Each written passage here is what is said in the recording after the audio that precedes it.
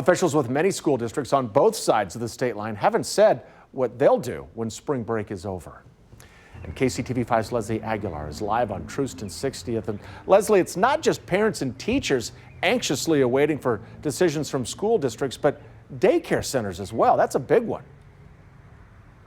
Yeah, right. And that's for several reasons. One, if schools do cancel, will daycare centers have to shut down as well? And number two, if the daycare centers are open, how will they deal with the huge demand there will be for childcare? This daycare facility is anxious about all of it. Cody's Learning and Development Child Care Center is taking extra precautions when it comes to cleaning and ensuring children are healthy. They're all down for their naps, and we'll take and just wipe wherever their little fingers will hit. Owner Rosetta Smith is nervously waiting on what Kansas City Public Schools decide to do following spring break. Most of the parents in the neighborhood she serves do not have the means to stay home and watch their children. They can't work from home because they are hourly workers, and I know they need the child care. And they need to work to pay their bills.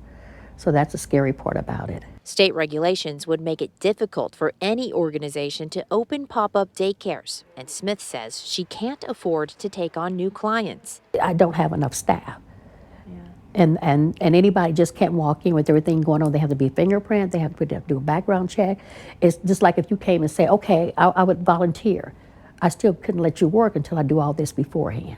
Kansas City Health Director Rex Archer is recommending schools stay open after spring break due to the strain it could put on child care facilities. And closing schools has all kinds of other negative implications. Teen pregnancy rates often go up. Violence can go up. Kids aren't then learning. We told Smith that reasoning. I can be honest, that's the silliest thing I've ever heard. Where they get the teen pregnancy and the crime go up, I don't get it.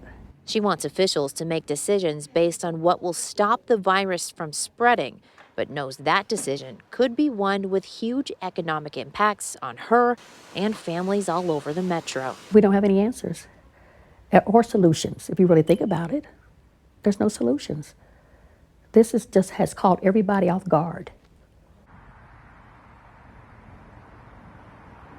Now, I reached out to KCPS Superintendent Mike Bedell to ask about the decision-making process and all this. I was told he was too busy to speak with me today. They, of course, like many other districts across the metro, are still on spring break. I also spoke with a couple churches today who are considering putting daycare facilities together for all of this, but of course they're having to go through all the legalities of that due to the state guidelines for child care centers. Reporting live in Kansas City, Leslie Aguilar, KCTV5 News. Yeah, the ripple effect of how this is impacting so many people is just so huge. Leslie, thank you.